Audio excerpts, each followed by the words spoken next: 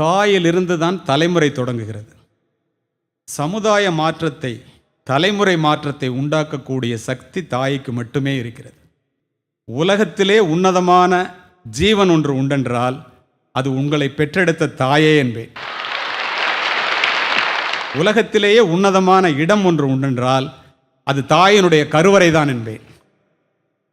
மாதா வயிறறிய வாழா ஒரு நாளும் என்கிறார் வாரியார்.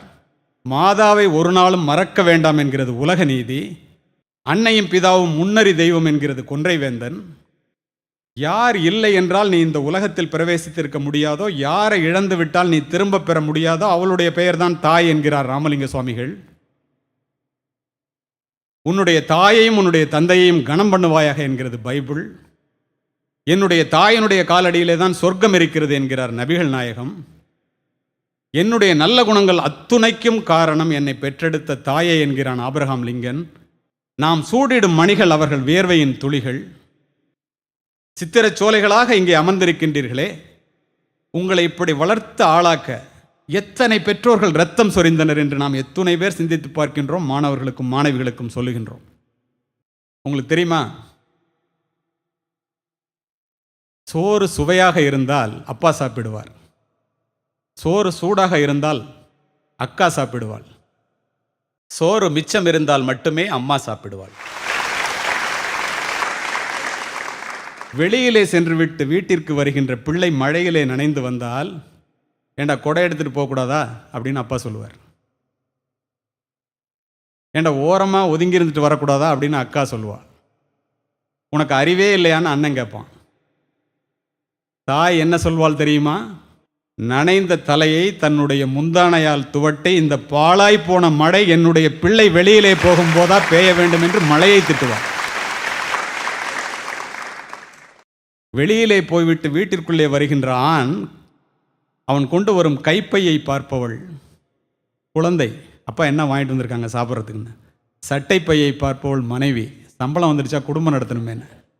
இறைப்பையை பார்ப்பவள் தாய் மட்டுமே. ஏன் தெரியுமா? கண்ணை விளக்காக்கி, கையை தொட்டிலாக்கி, இரத்தத்தை பாலாக்கி நம்மை வளர்த்தவள் நம்முடைய தாய் என்பத காரணத்தினால என்னவோ நம்முடைய பசி அவளுக்கு மட்டுமே தெரிகின்றது. உன் தாய் பசித்திருக்க தாரத்திற்கு ஊட்டாதே என்பதை மாணவர்களுக்கு இப்போதிலிருந்தே சொல்லித்தாருங்கள். ஓலை குடிசையிலே ஒழுகும் மழை நீரை குழந்தை மேல் படாமல் காப்பதற்காக ஒவ்வொரு தாயும் தன்னுடைய உடலை கூடாரமாக்குகிறாள். ஆசிரியர்களே, ஆசிரியர்களே, இதை மாணவர்களுக்கு சொல்ல வேண்டும் என்பதற்காகவே இந்த இடத்திலே பதிவு செய்கின்றேன். இளைஞர்களாக நாம் இருந்தபோது நனைந்திருப்போம் மழை நீரால் அல்ல, தாயினுடைய கண்ணீரால். வரப்பிலே பில்லறுத்து, வயலிலே களை எடுத்து, கையிலே வடிகின்ற இரத்தத்தை காசாக்கி, என்னுடைய தாய் என்னை படிக்க வைத்த காரணத்தினால் மாவட்டத்தினுடைய கண்காணிப்பாளராகவும் இன்று உங்கள் முன் முக்கிய விருந்தினராகவும் நான் பேசிக் கொண்டிருக்கின்றேன் என்றால் அத்துணை பெருமையும் என்னை பெற்றெடுத்த தாயையே. தாயை போற்றி வீழ்ந்தவனும் இல்லை, தாயை தூற்றி வாழ்ந்தவனும் இல்லை. முதுகெலும்புடைய பாடுபட்ட தந்தை, முழு வயிறு காணாமல் நம்மை வளர்த்த தாய், அவர்களுடைய கண்ணிலே கண்ணீர் வருவதற்கு நாம் ஒருபோதும் காரணமாக இருந்துவிடக் கூடாது என்பதை மாணவர்களுக்கு சொல்லித்தாருங்கள். பெற்றோர்கள் நேசிக்கப்பட வேண்டியவர்கள், அவர்களுடைய சொத்துக்கள் உபயோகப்படுத்தப்பட வேண்டியது. உயிரற்ற சொத்துக்களை நேசித்து உயிருள்ள பெற்றோர்களை உபயோகித்து உதாசீனம் செய்கின்ற இளைய தலைமுறை அதிகமாக வளர்ந்து கொண்டிருக்கின்றது.